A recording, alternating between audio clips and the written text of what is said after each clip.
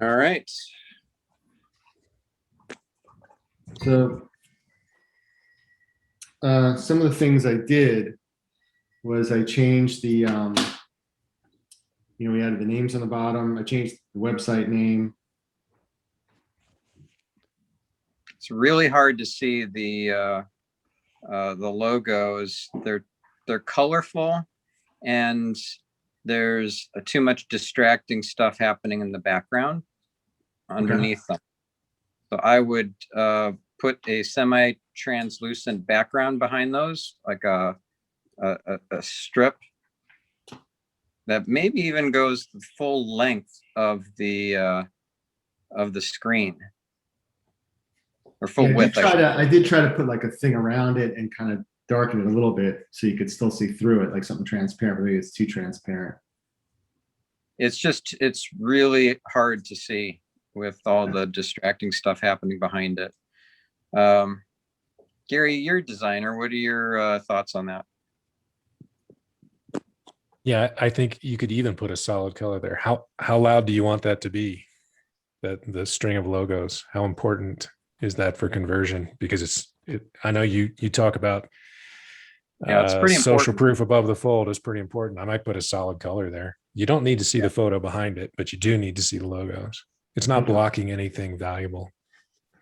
I would also make those logos grayscale instead of colored.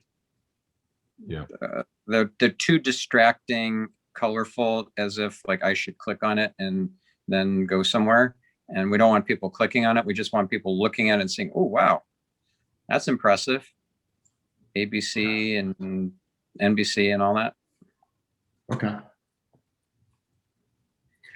And I changed the music that fuels emotion. I changed that also. So I like verbs. This is a noun, music, without a verb. So what fuel your emotion with music, or what? Like, well, whose emotion is it? Is it the your audience? audiences, yeah, your fuel the audience's emotion with music. What do you guys think about that? Is that better?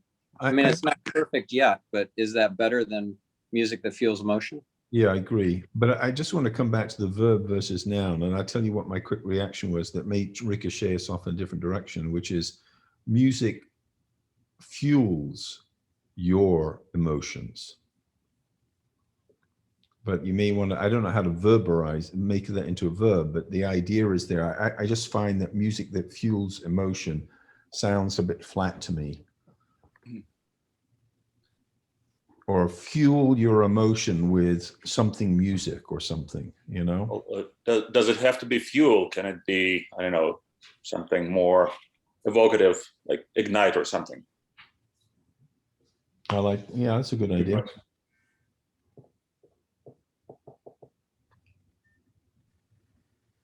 That's strange.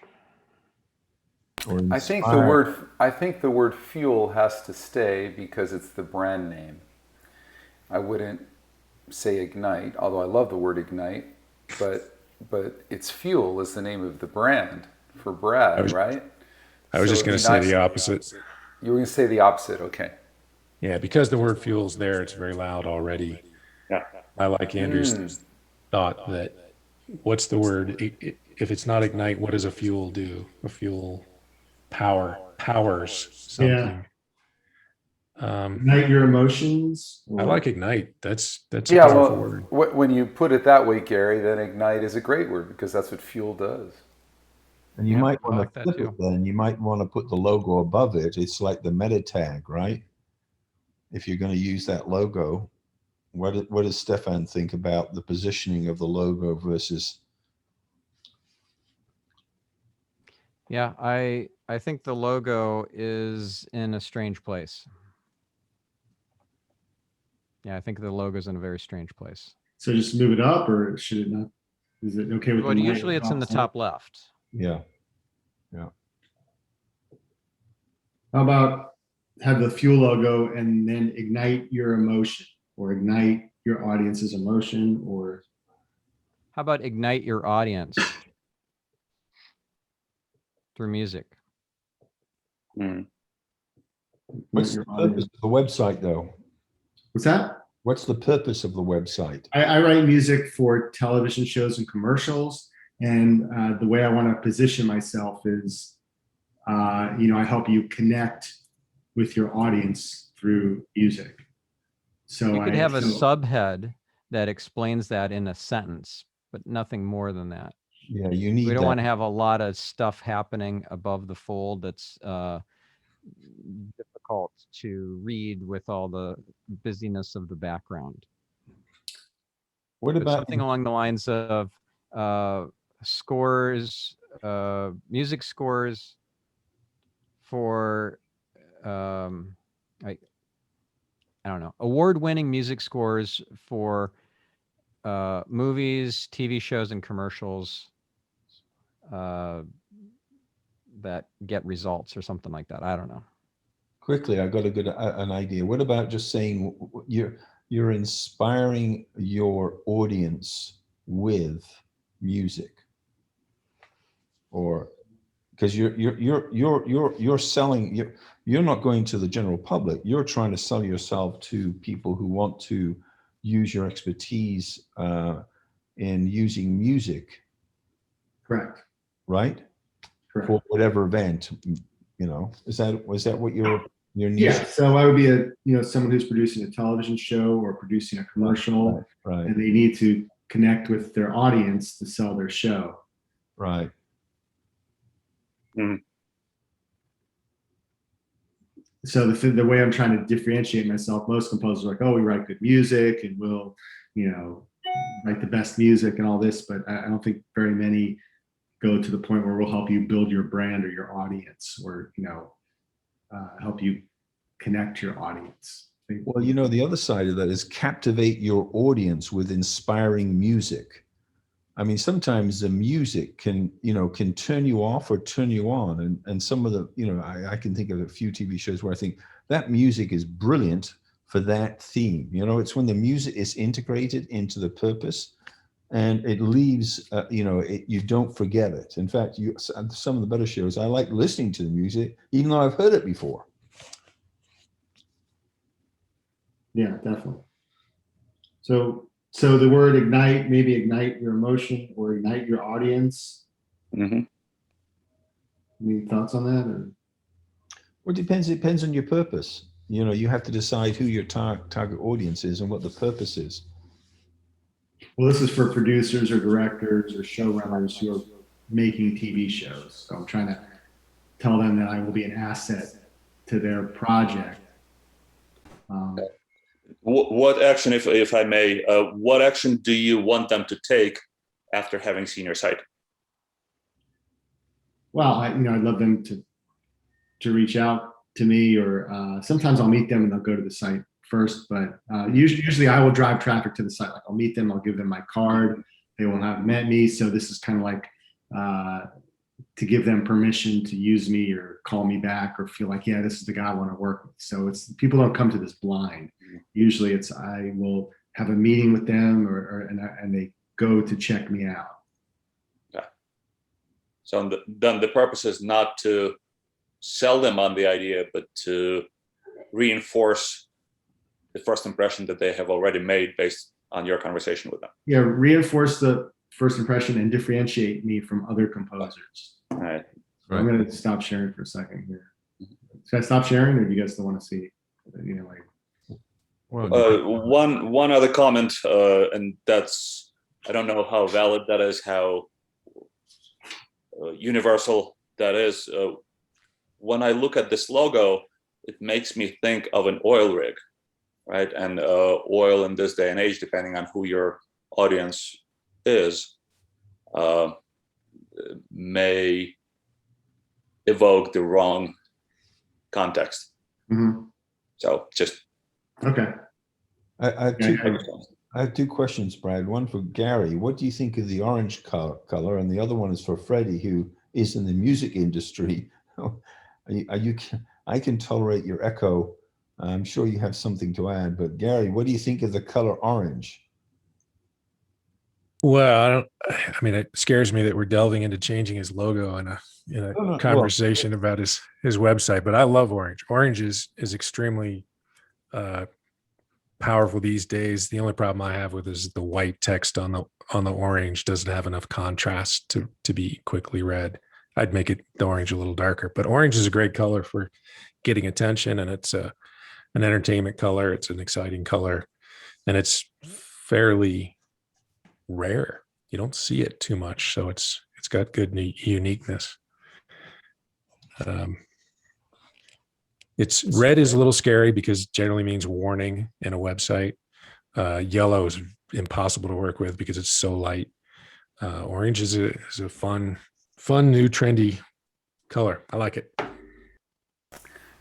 All right, yeah, I've got a couple of thoughts for you here, and I love orange. Orange is great. I think the color is great. I think the logo is really interesting. I think Andrew's comment is fascinating. I never would have thought of an oil rig, but I do think that music is what it's about. Fuel is. I almost like the word music fuel, but we're not here to change the brand or anything in the look because it's very nice, Brad. I totally agree with everybody on the what Stephan said about grayscale on the logos. And I might add that the word the CW, no one can see the in CW. Nobody can see that. It ends up looking like a mistake, like there's a blemish rather than a the. And by the way, the CW is really, I know it's big. I know it's the fourth. I actually did a presentation to that company. I know they're the fourth largest network, but frankly, I don't think the world knows they're the fourth largest network. Mm-hmm. And everyone knows ABC, NBC, and CBS. Everyone knows Fox. Everyone knows HBO. CW is owned by Time Warner, I believe. Maybe you just use Time Warner because everyone knows who Time Warner is. Everyone knows who Time Warner is. You think there's too many on the bottom? No. I'm just saying CW is a throwaway. Okay. I have TikTok on my website. I'm going to change that. TikTok's using my music, and I realized, wait a second, TikTok's kind of a controversial brand right now. So I'm going to remove it. So I'm in the middle of, I'm constantly tearing apart my stuff. So the CW to me is something that maybe you can replace with Time Warner, and it might serve you better. I also think your logos are too close together. They're just squeezed. I think you could literally double space them twice as much. And maybe what Stephan was saying about the potential of a solid banner. I mean, what are you going to cover up? The screw of the mic stand and the cable? I don't think that's a problem to cover any of the bottom of this up. Still show I would lower it so you still see the guy in the control room, which could be you in the picture, which is important. And even though it's out of focus, it shows that, hey, there's a pro back behind the glass who's recording you. And I think that's what you want. You want to say that, right? You're the conductor, you're the director, you're the musician, you're the composer, you're the creator.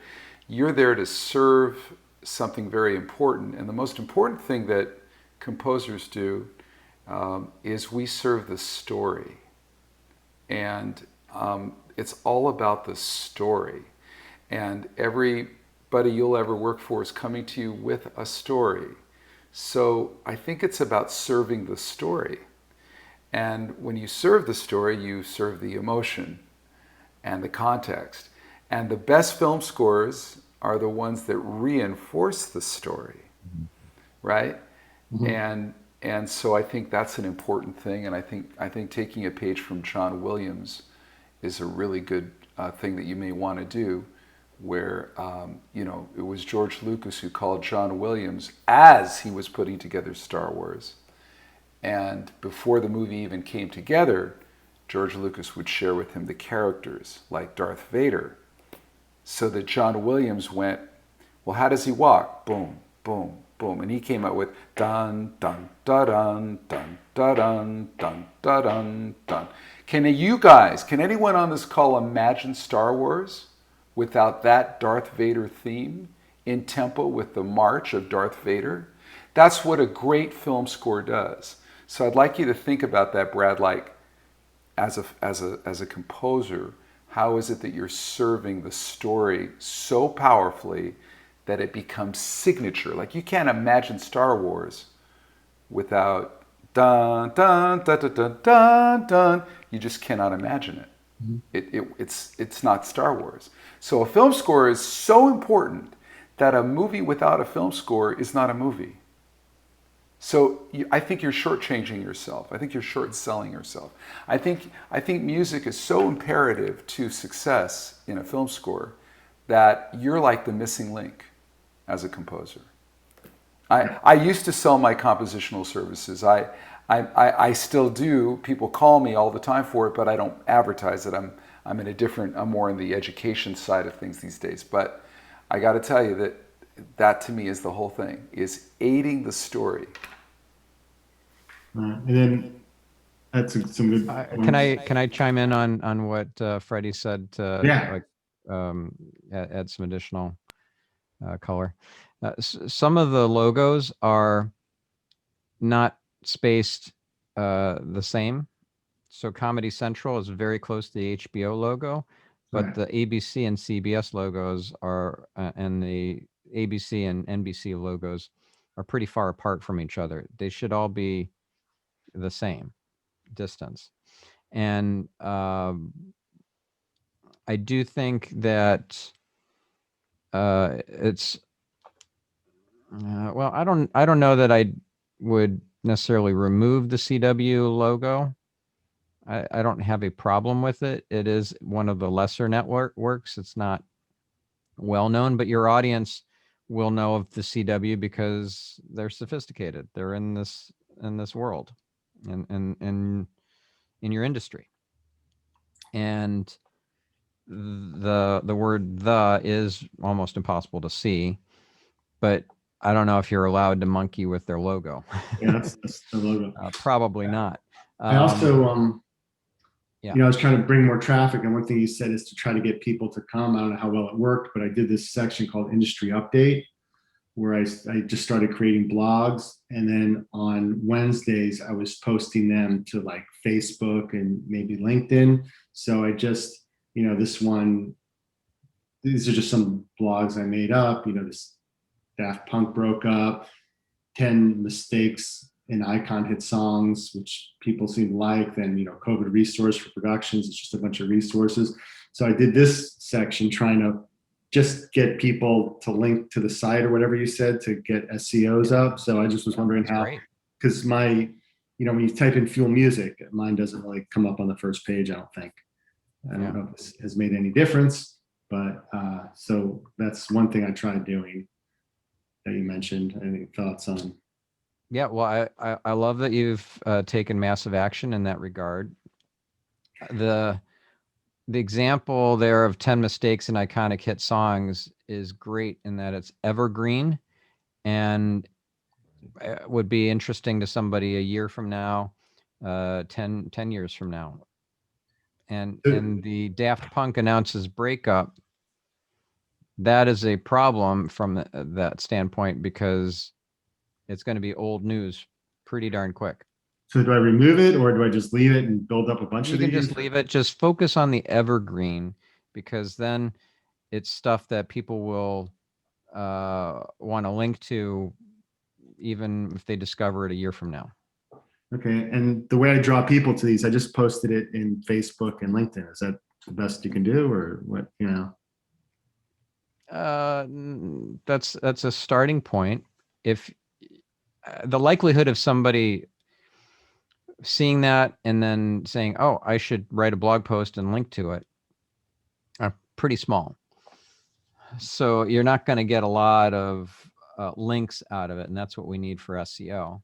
So I would include outreach as part of your strategy.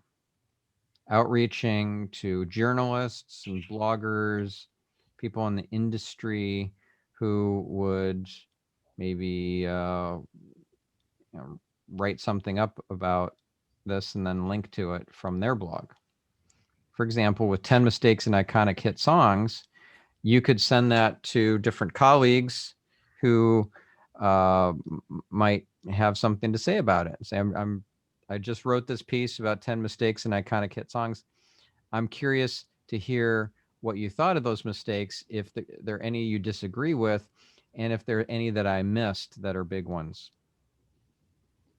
Okay. Instead of, hey, I just wrote this piece on my blog and I'd love for you to link to it, post it on your socials, add it to your email newsletter, add it to your next direct mail piece. Yeah, like they're just gonna hit delete. Okay. And then also from somebody, I should do some little videos just about talking about, music and connecting and branding like little short videos on like how to create a brand for your show or your idea with music or different topics like that. Yeah, Chad, I was just going to say, why don't you just interview Freddie and just on what he just said, that little clip there, what that little spiel that you gave Freddie, I thought, wow, that could be very powerful. And you're so eloquent that, if you have an ambassador, one thing just before I let Freddie respond, what my paraphrasing what you said was something along the lines, make music amplify your story, something like that. I don't know where it fits, but I was just trying to reduce the essence of what Freddie was saying. But I would invite Freddie to see if he'd give you a 5-minute interview about the power of music, if he's willing. Bryn, you're hired. Of course, I'm happy to do that and help you, Brad, in any way I can. And thank you, Rick. These are your articles, right, Brad? You wrote all these articles, yeah? Yeah. And it's a lot of work, right, to craft these. And I mean, each one of these could take you 30 minutes to an hour to write it, correct? Mm-hmm. And I noticed you got the views, but there's no comments. Nobody's reacting to them, or nobody's commenting on them.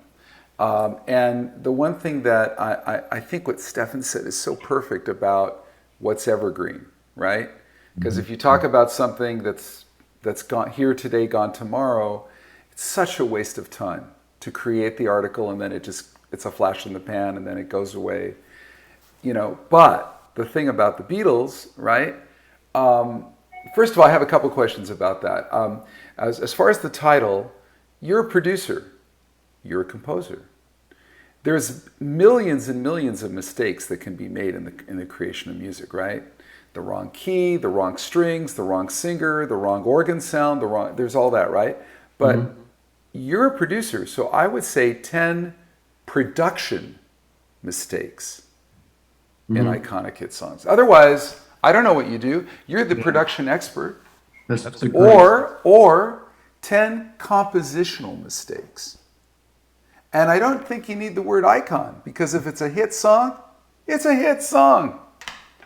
You don't always have to be iconic, although the Beatles are in their own category of music for sure. And they're in the icon. Just say the Beatles and it already says everything else. Right. Right? It's timeless, it's iconic, it's the Beatles, of course. So 10 production and composition mistakes of hit songs will probably get you more into your wheelhouse than just 10 mistakes. About 10 hidden mistakes in hit songs. I like hidden. Hidden's good, but you need to address your expertise. You're the wizard. You're the guru of production and composition. So I would say 10 hidden production mistakes in hit songs. Now you're in it. Otherwise, you're not in it. Right. And you should be in it because you wrote it. Also, I have a question for Stephan about the rights. I've been sued. I was hit by a royalty. I used a photo of a 92-year-old veteran landing on the beaches of Normandy 2 years ago for V-Day. Very nice photo. I wrote a little blog in LinkedIn. A handful of people looked at it. 3 months later, I got a bill for $480 from a company in Canada that was protecting the rights of that photographer. That is such a scam, and there's those are shakedowns. I hate that. Really? Images does that. there's another company that does that. I forget the name of it, but they represent Agence France, and it's just Yeah, it was a French agency, and by the way, I double checked it. I actually called one of my legal guys to make sure I wasn't getting scammed. He says it's legit. yeah, but that doesn't mean that you. And I negotiated, and what I did before I responded, I made sure they were real.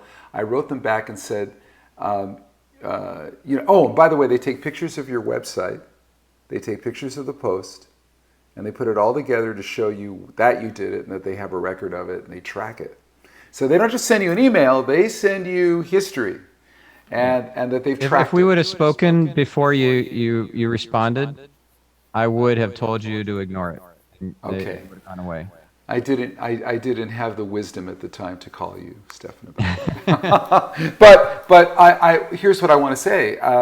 Does Brad have a problem using those photos? Obviously, he didn't take them. And the artwork of Abbey Road, could Apple Music say, hey, you can't use the cover of Abbey Road or the logo of the Beatles? Yeah, I'm sure they could, I guess. You're right. I'm just asking because Yeah. the internet is the wild, wild west. I mean, there's billions of stuff being posted every second that are probably not legit or that are not public domain, right?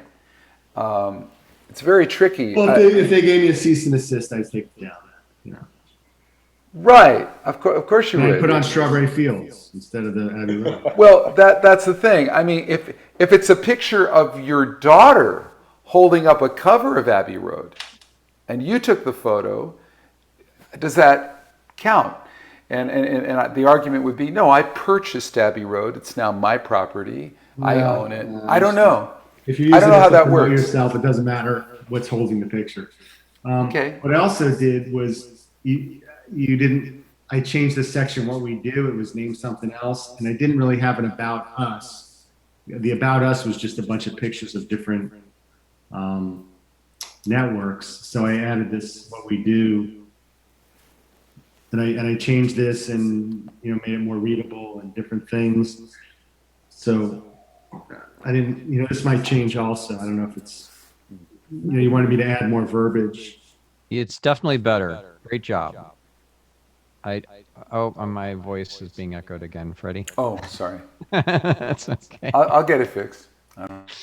I don't really remember what it looked like before. I kind of recall something about it, but I do wish that you would have consistency with the verbs.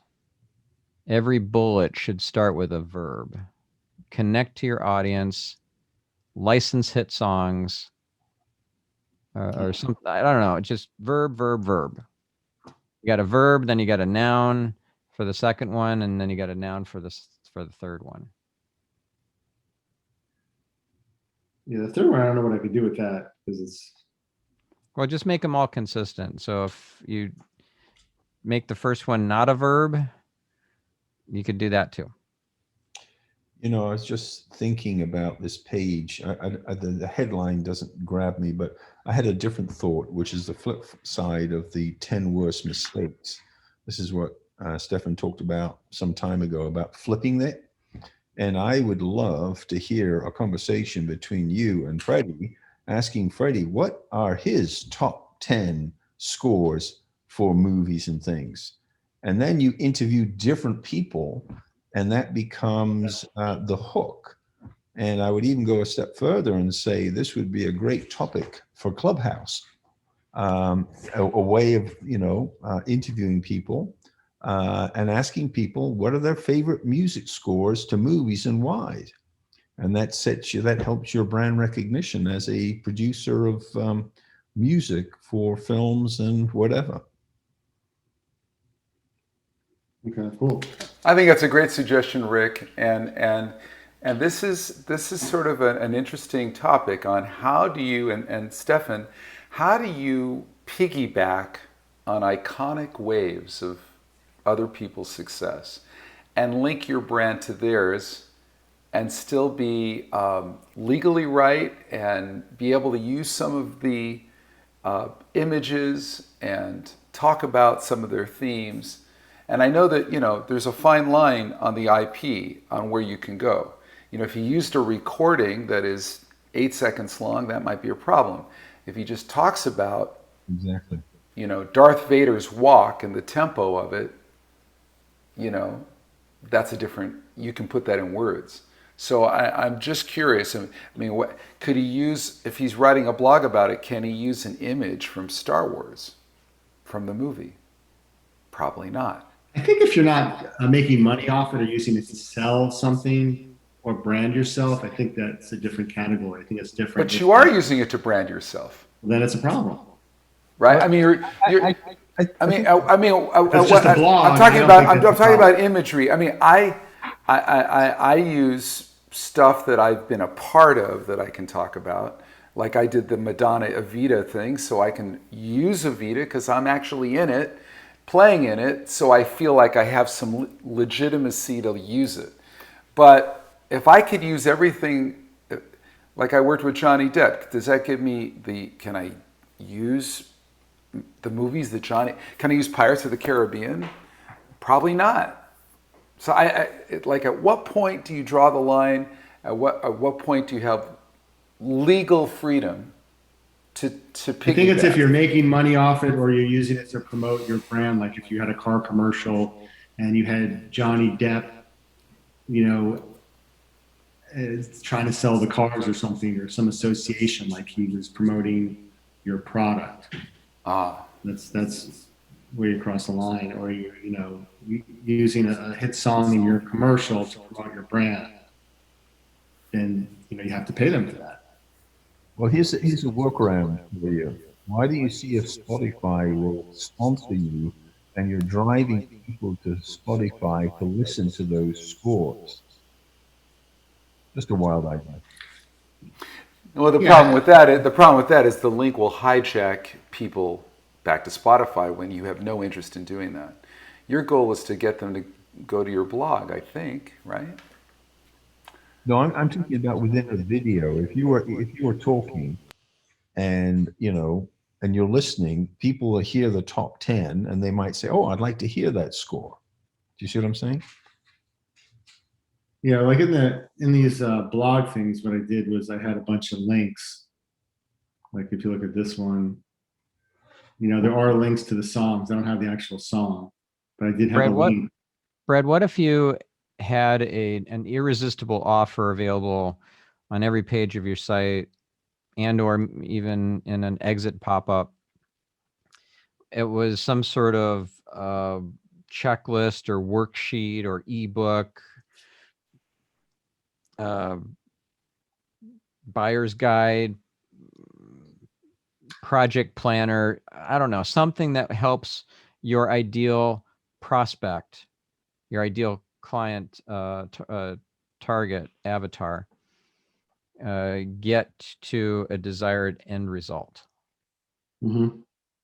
And that would be something that they would be silly to pass up on. In exchange, they're giving you their email address and their first name. So now they're on your email list and you can start marketing to them. Otherwise, you don't know who this person was that visited your website. They come, they click around, they leave, never to be seen again. And you have no idea who it was. You have no way to continue the conversation or to start a conversation. Whereas if you have an irresistible offer, a lead magnet, then they would have something that's an ethical bribe. They'd have something that was worthy of them exchanging some of their personal information for. Mm-hmm. Well, that goes back to the initial conversation about the purpose of the site. If the purpose of the site is to bring new prospects in, then that makes total sense. Brad was saying that was not the case, but maybe it needs to be the case. Here's the interesting thing. The business has changed. In the old days, Brad and I would go to meetings at the Grammys, ASCAP, the Musicians Union. I would be at luncheons 2 times a week, Beverly Hills Hotel, meeting with producers, talking to film people. They would ask me for my card. I'd run into somebody from a band. "Oh, Freddie," they would hug me in front of the guy, verifying my validity that I'm really legit. You get the way the world used to work for all of us, right? Doesn't work that way anymore. You almost have to, the site has to be the place you used to meet for lunch with heavy duty people. It has to be the place where you share knowledge and articles. It has to be the place where you put on headphones and hear music. The site has to kind of do what 10 different things did in the real world, I think. And because I come from the old days of the music industry where it was very physical, and it was, hey brother, can you play bass on this track? Yeah, man. And then we would talk about that. Then I'd get a phone call and I'd get a bass track recorded 2 days later that would change the entire direction of the song because the bass line was so compelling that it went a different way and became a hip hop song. I mean, all that stuff of the creativity has shifted. And so I think Brad and I as artists, we wrestle with that. We wrestle with the creation and the process of selling what we do because the way to get there has shifted so much. Do you think that's going to change back because of COVID, or do you think that it's still about calling someone and again trying to get a meeting or doing an initial call and then a FaceTime, but they still check your site out the same way? Or I think that music is such it's so personal that, I mean, we see images of people, 10 different images on a YouTube video with people playing in different parts of the world, and it's grooving. It's still very rare to hear that be successful, like real people getting together and playing. To me, it's such a visceral, in the moment, spontaneous, creative feeling that if you want to get something that's really emotional, it's pretty hard. But what I was going to say is now the website has to create this sense of community that we used to get, I mean, I was just at a studio with our metal brothers last Friday with Kenny Aronoff, Scott Page, and Will. Kenny's tracks were there. He wasn't there in person, but he had recorded live drums. And we were at East West Studios, which is one of the best studios in the world, and recording Hammond B3. It was amazing. It was the most. I felt like a kid in a candy store, because there's still nothing like a real Hammond B3. And we were there live. We were creating live, and it's a completely different world than anything that you can do on the internet. So that's what makes this. And I feel Brad's frustration with that because I go through the same thing. Gary?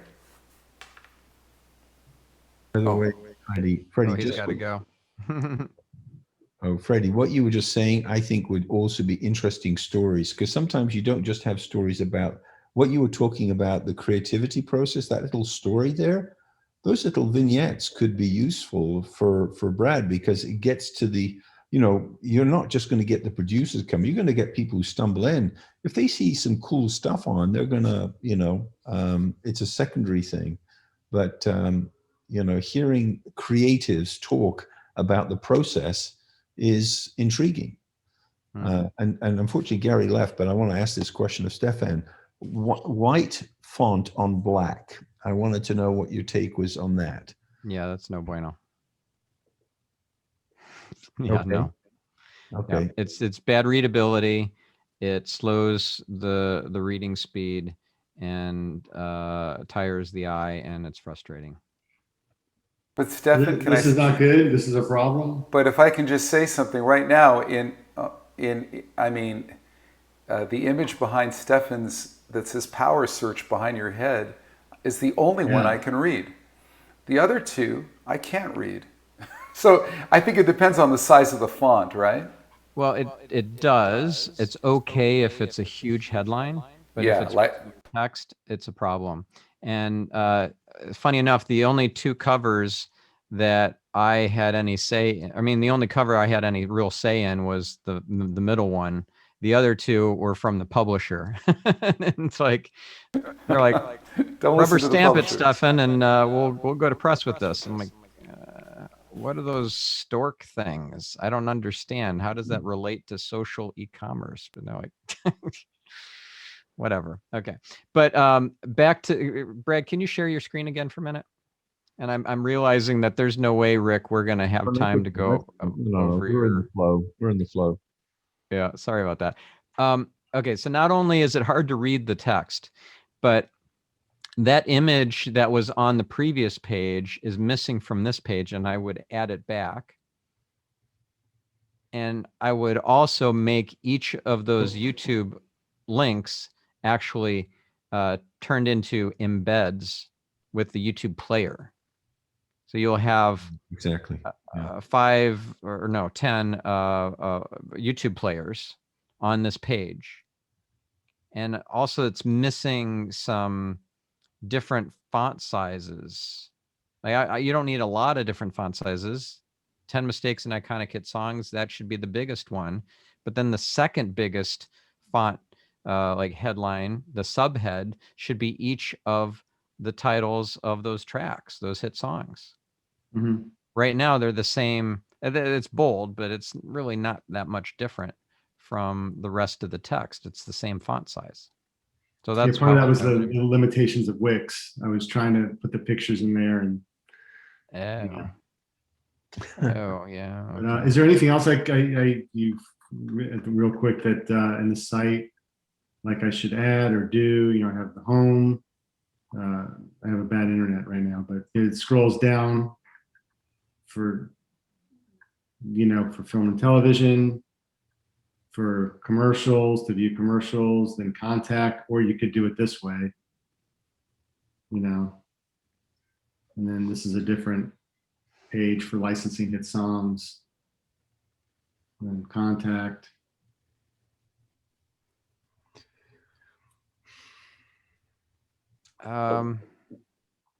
Not to sidetrack the conversation, but am I off base here if the brands that you list down there, like Chase and Coke and whatever else, are the ones that you wrote music for, produced music for?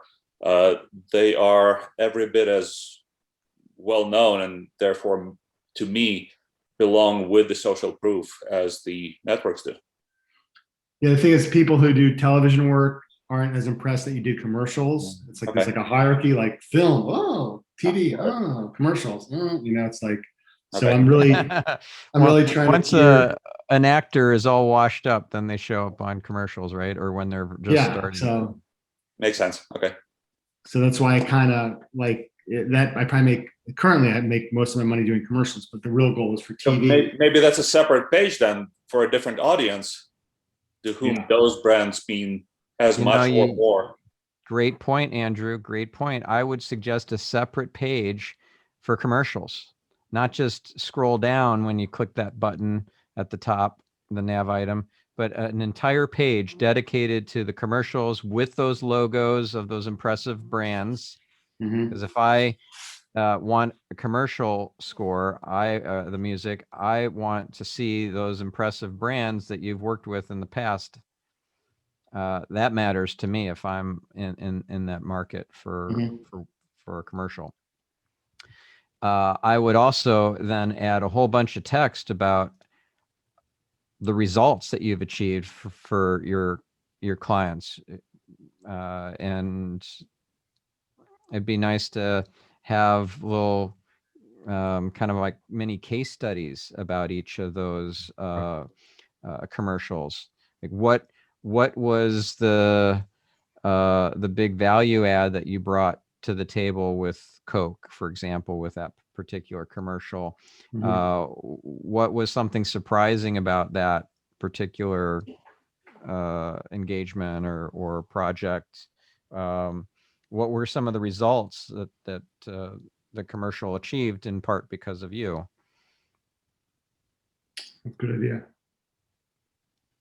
If that's the bulk of your work right now, that's where I would start. I would do a whole page just about that. And when you get time to do a page like that for the TV work, then do that too. But start with commercials. Okay. Thank you. Yeah. Good stuff.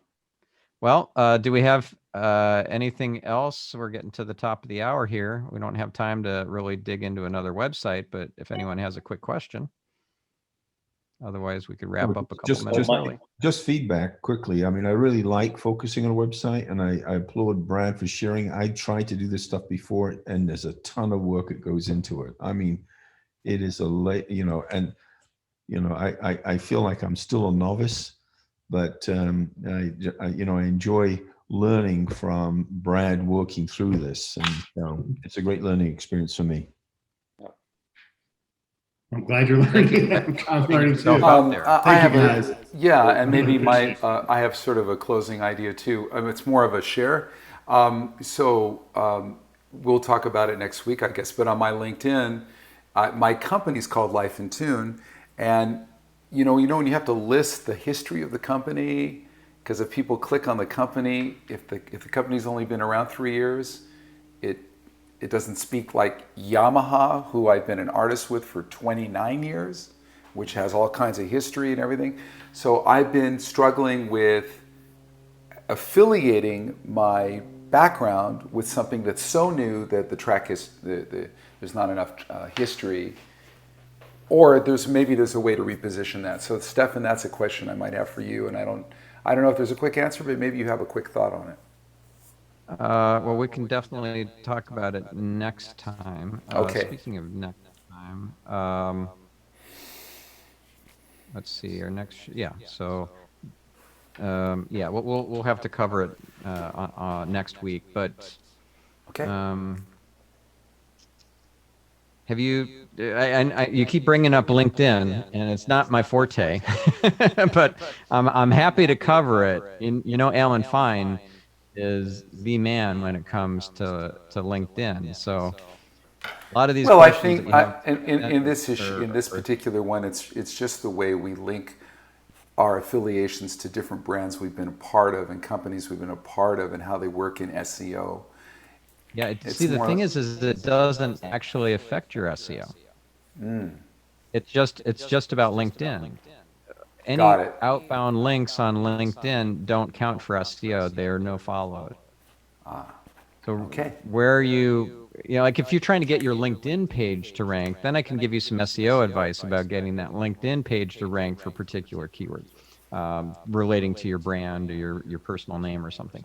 But as far as like where should stuff be laid out or positioned, or should I say this or that or whatever on my LinkedIn page, that's really that's Alan's forte. Okay, great. Yeah. Thank you, Stephan. All right, guys. All right. Well, have a see you great next week. Thank All you. right. Thank you, Guys, Stephan. take Thank care. you. See ya. Take care, Stephan. Take care, guys. Thank you, guys.